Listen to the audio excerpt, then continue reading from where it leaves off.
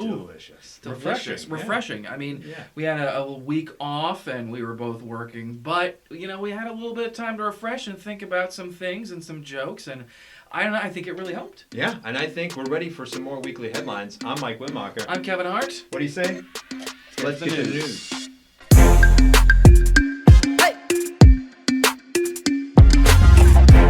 After the Supreme Court flushed Roe v. Wade down the toilet, the House took up a bill to protect marriage equality, which Supreme Court Justice and managers found out Dorothy lives at the end of the Wizard of Oz, Clarence Thomas, says that might be next. All Democrats and a sizable chunk of Republicans actually voted for it, including Illinois Congressman Adam Kinzinger and Rodney Davis. However, Illinois' own Mike Bost, Darren LaHood, and Mary Triumph of the Miller voted against it, and look, I know there's religious people with outdated views on gay marriage. You expect some pushback on that, but part of the bill makes sure that you can't deny marriage based on race. So either all 157 Republicans didn't read the bill, or protecting interracial marriage, well, that's not as important as protecting the nuclear family. The Springfield City Council approved a revised version of new ward maps Tuesday night. The new maps will see nearly 15,000 Springfield residents end up in new wards.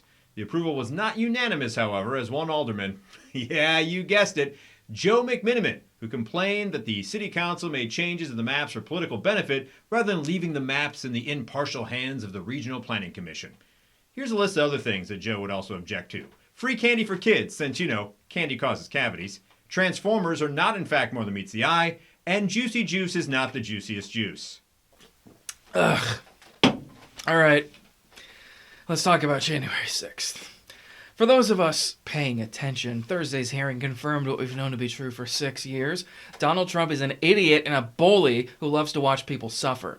Leaked radio communications show Secret Service calling their loved ones and telling them goodbye during the attack. Good thing it was just a field trip and a light jaunt. Ignore the Confederate flag. He must have forgot he had it.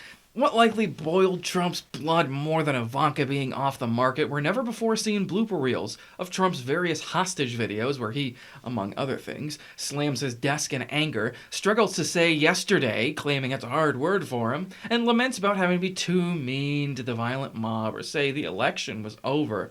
I personally think that this makes Trump look like such a... President Joe Biden gave a speech on climate change earlier this week. Now, I realize it's an important subject, needs to be taken seriously, but where in the hell was he when he gave this speech?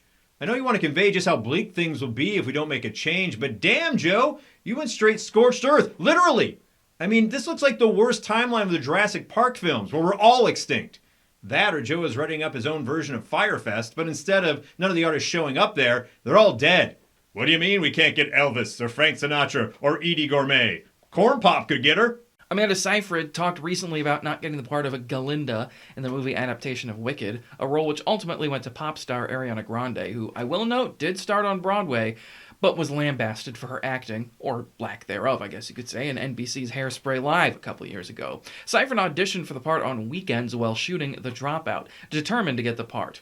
It's an epic part, and clearly a dream role for her. But look on the bright side. At least she won't have to be in Wicked Parts 1 and 2, and probably 3 and 4 where to fight Thanos and the Avengers skip down the Yellow Brick Road to get some shawarma. The Major League Baseball All-Star Game was played earlier this week in Los Angeles, and yeah, like you, I really didn't watch it. In fact, one of the biggest stories that come out of the festivities is this yahoo elbowing a teenager to try to get an autograph. First off, slow your roll, Grandpa. And second, as a punishment, the kid you elbowed gets to take a swing with a bat at your 2-ball count.